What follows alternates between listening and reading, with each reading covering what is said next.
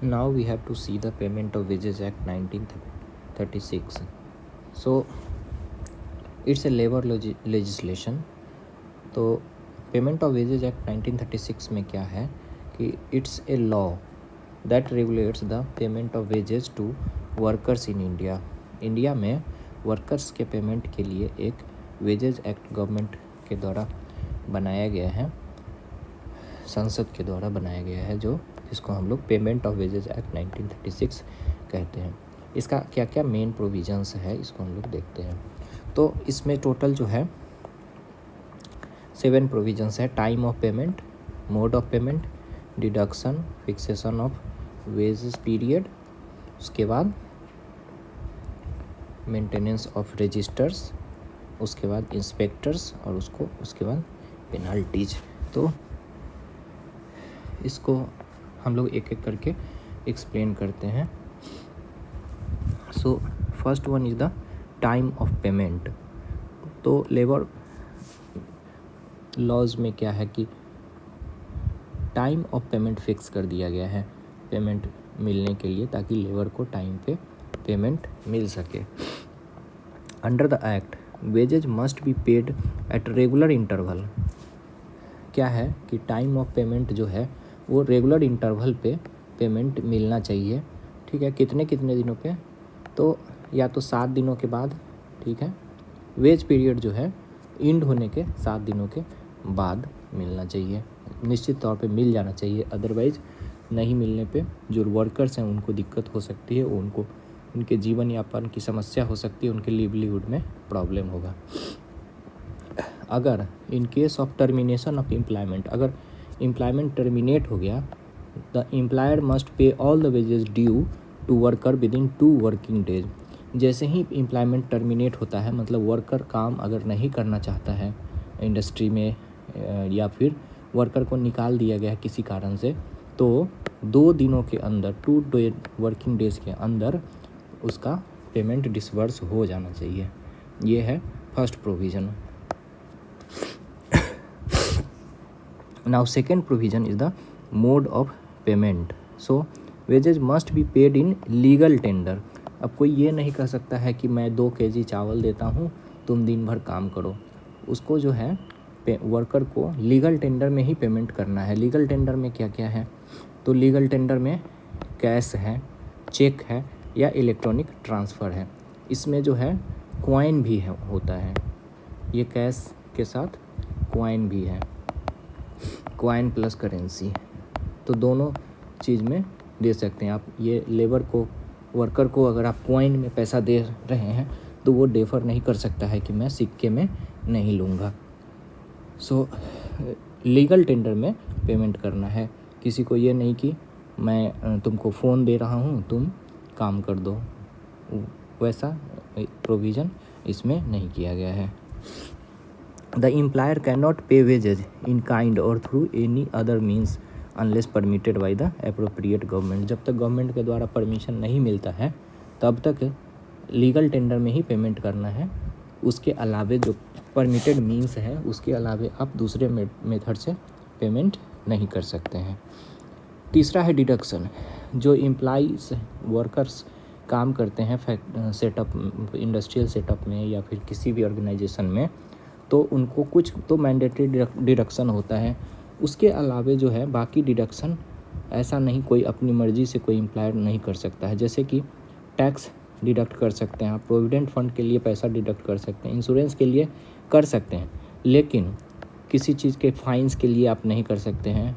कोई प्रॉपर्टी का डैमेज हो गया तो उसके लिए आप नहीं कर सकते हैं, या any other reason not authorized by the law are prohibited. मतलब रूल में अगर नहीं है तो आप अनऑथराइज्ड डिडक्शन नहीं कर सकते हैं। यही कह रहा है कि the act allows for certain deductions to be made from wages of employees such as tax, provident fund and insurance. However, deductions or fines damage to property or any other reason not authorized by the law are prohibited. Next is the fixation of wage period. तो wage period क्या होगा उसको fix किया गया है act rule payment of wages act 1936 6 के द्वारा। तो इसमें क्या क्या प्रोविजंस हैं पेमेंट ऑफ वेजेज एक्ट में? तो act mandate that the wage period must not exceed 1 month, 1 month से ज़्यादा जो है वो वेज पीरियड नहीं हो सकता है। तो क्या क्या वेज पीरियड होगा? 7 डेज़ का हो सकता है या 1 वीक का, 15 डेज़ का हो सकता है या फिर 30 डेज़ का हो सकता है। ऐसा नहीं कि कोई 20 दिन का बेज नहीं कर सकता है, ये 20 दिन वाला बेज अलाउड नहीं है। ये 7 डेज़, 15 डेज़, 30 डेज़ वाला अलाउड है। तो यहाँ पे यही लिखा हुआ है कि the act mandates that the wage period must not exceed 1 month, the appropriate government has the power to fix the wage period for the different establishment. अलग अलग इस्टेब्लिशमेंट के लिए अलग अलग वेज पीरियड है, लेकिन जो भी वेज पीरियड है वो यही है, 7 डेज़, 15 डेज़ और 30 डेज़ के अंदर ही वेज पीरियड फिक्स हो सकता है। नेक्स्ट हमारा पॉइंट है कि मेंटेनेंस ऑफ रजिस्टर्स। क्या है मेंटेनेंस ऑफ रजिस्टर्स? तो मेंटेनेंस ऑफ रजिस्टर जो है, एम्प्लॉयर जो है, एम्प्लॉयर को रजिस्टर्स कुछ रिकॉर्ड्स मेंटेन करना ज़रूरी है। The employer is required to maintain certain registers to record the details of, क्या किस किस चीज़ का डिटेल्स, वेजेज पेड, कितने वेजेज किसी वर्कर को पे किया है, क्या क्या डिडक्शन किया है, deduction made, and other relevant information, और वर्कर्स का बाकी रिलेवेंट इन्फॉर्मेशन जो रिक्वायर्ड है उसको रखने के लिए वर्क एम्प्लॉयर के लिए मेंटेनेंस ऑफ रजिस्टर जो है वो मैंडेटरी है। अगर कोई रजिस्टर नहीं रखता है, register must be preserve for at least 3 years, 3 साल तक के लिए आपको रजिस्टर रखना है। मीन्स वर्कर का रजिस्टर जो है वो एम्प्लॉयर के लिए मैंडेटरी है कि आपको 3 साल तक उसका डिटेल्स रखना है, कितने आपने वेज पे किया है, क्या डिडक्शन किया है, और अदर छुट्टी का, हॉलीडे छुट्टी का और बाकी चीज़ों का जो हुआ है वो मैंडेटरी आपको रखना है। नेक्स्ट प्रोविज़न जो है इसका वो इंस्पेक्टर्स का है। तो the act empowers the appropriate government to appoint inspector to enforce the provision of the act. The inspector have the power to enter any premise where employees are employed and examine any register or document related to wages। तो सरकार को ये power है, मतलब act जो है appropriate governments, appropriate सरकार को, या तो स्टेट गवर्नमेंट होगा या फिर सेंट्रल गवर्नमेंट होगा, जिसका जो जुरिस्डिक्शन है वहाँ पे एप्रोप्रिएट पावर दिया गया है इंस्पेक्टर अपॉइंट करने का। किस लिए? To enforce the provision of the act, act के जो प्रोविजंस है उसको इन्फोर्स करने के लिए।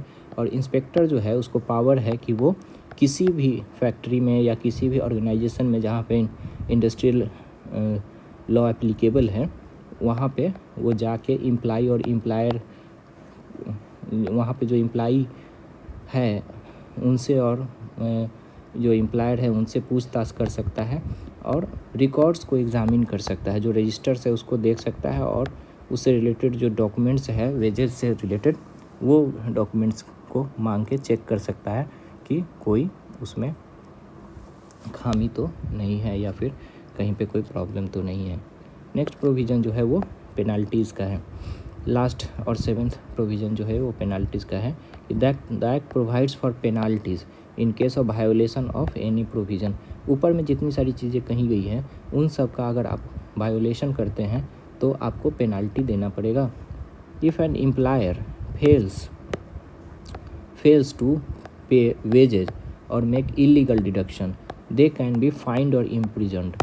एम्प्लॉयर अगर नहीं दे पा रहा है, वेजेस नहीं दे रहा है या डिडक्शन कर लिया अनऑथराइज, तो या तो उसको फाइन होगा या फिर जेल हो सकता है, इम्प्रिजन्ड हो सकता है। The act also empowers the appropriate government to recover the amount of unpaid wages from the employer. अगर कोई एम्प्लॉयर ने वर्कर को पैसा नहीं दिया है, जो वेजेज अनपेड है, तो उसको गवर्नमेंट भी रिकवर कर सकती है एम्प्लॉयर से। सो these are the provisions of the payment of wages act. Now in conclusion you may write what overall the payment of wages act 1936 ensures that employee receive timely and fair payment for their work. This is the keyword. The motto of the payment of wages act to ensure that the employee receive timely and fair payment for their work and prevents employees from making illegal deduction prevent employers को prevent करता है ये law, illegal deduction आप wage से नहीं कर सकते हैं। So this is the payment of wages act 1936। Thank you.